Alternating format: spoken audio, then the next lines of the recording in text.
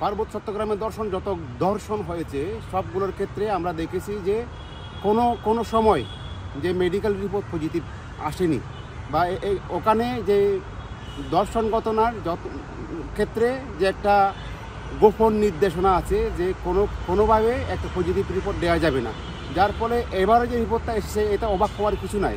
এটা একটা ওখানকার যে বাস্তবতার ক্ষেত্রে এটা খুব স্বাভাবিক যে এরকম রিপোর্ট তারা দেয়, কিন্তু এই রিপোর্টটা অগ্রহণযোগ্য এবং ওখানকার লোকাল কেউ এই রিপোর্টটা গ্রহণ করে নাই, এমনকি আমরা ওই রিপোর্টটা গ্রহণ করি নাই। এটা তাদের রিপোর্ট, কিন্তু এই রিপোর্টটা মিথ্যা এবং এই রিপোর্টের কোনো সত্যতা নাই। এটা একটা বিশেষ গোষ্ঠী দ্বারা প্রভাবিত হয়ে এই রিপোর্টটা তারা দিয়েছে বলে আমরা মনে করি। আসলে মূল রহস্যটা হলো সেখানে যে দেখানো যে যেহেতু মানুষ সেখানে যে একটা আন্দোলন যে বিক্ষোভ করেছে, এই বিক্ষোভকে মিথ্যা প্রমাণিত করা এবং সেখানকার যে শাসক শ্রেণী যে শাসন শোষণ চালাচ্ছে সেটাকে বৈধতা দেওয়ার জন্য সেখানে যে তাদের যে উপস্থিতি এবং তাদের যে উপস্থিতিকে বৈধতা দেওয়ার জন্য এরকম একটা যে একটা জনবিক্ষোভকে একটা ভুল প্রমাণিত করে এটাকে দমন পীড়নের অংশ হিসেবে এই কাজগুলো তারা প্রতিনিয়ত করে যাচ্ছে। এটা আসলে একটা বাংলা ভিশনে খবর বেরিয়েছে, কালকে আমি দেখেছি। এটা খাগড়াছড়িতে না, সেটা বলা হয়েছে ভারতে 6টা ঘাঁটি আছে, ওই ঘাঁটি থেকে ইউপিডিএফ সেখানে ট্রেনিং নিচ্ছে এবং ভারত সহযোগিতা করছে, এরকম একটা রিপোর্ট বাংলা ভিশনে আমি দেখলাম। কিন্তু এই রিপোর্টটা সম্পূর্ণ একটা বানোয়াট ভুয়া একটা রিপোর্ট, এটা গুজব। এভাবে গুজব ছড়িয়ে বাংলাদেশের মানুষকে একটা পাহাড়ের মানুষের সাথে একটা বৈরিতা তৈরি করা হচ্ছে। এভাবে গুজবের মাধ্যমে একটা জাতিগত সংঘাত, জাতিগত দ্বন্দ্বকে আরও কুচিয়ে তোলা হচ্ছে, বাড়ানো হচ্ছে। এটা খুবই নিন্দনীয় এবং তা সত্য নয়। সেখানে অনেক কিছু বলা আছে, যে লোকেশন দেওয়া আছে যে লক্ষ্মীশ্বরী এবং দিঘিনালার সীমান্তবর্তী এলাকায় ইউপিডিএফের ঘাঁটি আছে, তাহলে কোথায় কোন লক্ষ্মীশ্বরী আর কোথায় কোন যে দিঘিনালা, তাতে মাঝখানে আরও 2টো উপজেলা রয়েছে। তো এভাবে কোনো সীমান্ত হতে পারে না। সীমান্ত যদি হয় একই সাথে তার লাগোয়া একসাথে হতে হবে। এটার এমনকি লক্ষ্মীছড়ি উপজেলার কোনো ভারতীয় সীমান্ত নাই।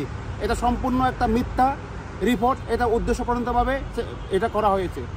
এটা আসলে নতুন কিছু না, পাহাড়ের সমস্যা তো অনেক পুরনো। পাহাড়ের সমস্যা আজ থেকে বাংলাদেশের জন্মের পূর্ব থেকেই সেই পাহাড়ের সমস্যাটা চলমান আছে। এমনকি ব্রিটিশরা যখন চলে যায় উপমহাদেশ থেকে 1947 সালের, তখন থেকে পাহাড়ের একটা সমস্যা সৃষ্টি হয়েছে। আর স্বাধীনতার পর থেকে যে 71 স্বাধীনতার পর থেকে এই সমস্যাটা আরও বৃদ্ধি পেয়েছে। তো আজকে আমরা দেখি যে যেভাবে সেখানে এথনিক ক্লিনজিংয়ের উদ্দেশ্যে যে একটা দমন পীড়ন চালানো হচ্ছে, তারই একটা ধারাবাহিকতায় আজকে যে আপনি যে দেখছেন যে সেখানে বিক্ষোভ এবং মানুষের বিক্ষোভ এবং দমন পীড়নের যে আমরা কাণ্ডগুলো আমরা দেখছি, এটা হচ্ছে সব বিষয়ে একটা সেখানে এথনিক ক্লিনজিং এবং সেখানকার মানুষের যে অধিকারের সংগ্রামকে দমন পীড়ন করার জন্য আজকে এই কাজগুলো করা হচ্ছে। আসলে আপনি কল্পনা করে দেখুন, একজন কিশোরী সে যদি দর্শনের শিকার হয় এবং তাকে নিয়ে যদি আরও নানা রকম প্রচারণা অপপ্রচার চালানো হয় এবং তার যে একটা ঘটনাকে আরও মিথ্যা প্রমাণ করার জন্য নানা রকম অপতৎপরতা চালানো হয়, সে নিজেই একজন মানসিকভাবে সে ভেঙে পড়া এবং তার উপর যদি আরও নানাভাবে তাকে সেই ঘটনাকে ভিন্নভাবে প্রভাবিত করার জন্য উল্টো তাদেরকে বিপদে ফেলার একটা আশঙ্কা থাকে, তখন সেই পরিবারের অবস্থা কেমন হয় সেটা আমরা চিন্তা করলে পাই। যেহেতু তার বাবা বিবিসিকে সাক্ষাৎকার দিয়েছেন যে আমার তো এখন কান্না করার ছাড়া কোনো আর পথ নাই, আমি কোথায় যাব। তাকে যখন প্রশ্ন করা হলো যে আপনি কি ইয়েতে যাবেন কিনা, আদালতে শরণাপন্ন হবেন কিনা, সে বললো যে আমার তো কোনো টাকা পয়সা নাই, আমার অর্থ করি নাই, এমনকি আমি এও মনে করি যে উচ্চ আদালতে গেলেও কিন্তু আমি সুবিচার পাবো না, সেখান থেকেও আমি আমার যে বিচার সেই বিচার পাবো না, সুতরাং আমার ওখানে গিয়ে তো কোনো লাভ নাই।